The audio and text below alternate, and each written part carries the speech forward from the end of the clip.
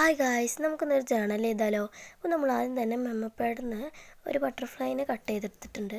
അതിന് ശേഷം വേറൊരു സ്റ്റാമ്പിൽ നിന്നും ഒരു ബട്ടർഫ്ലൈനെ കട്ട് ചെയ്തിട്ട് ഒന്ന് മിഡിലായിട്ടും ഒന്ന് ഒരു മുകളിലായിട്ടും ഒട്ടിച്ചെടുത്തിട്ടുണ്ട്.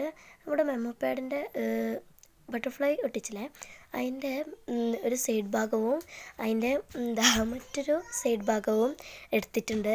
അപ്പോൾ അത് നമ്മൾ ഒട്ടിച്ചെടുത്തിട്ടുണ്ട്. അതിന് ശേഷം നമ്മൾ ഫ്രെയിമാണ് ഒട്ടിച്ചെടുത്തത്. അത് കഴിഞ്ഞിട്ട് 3 സ്റ്റാമ്പാണ്.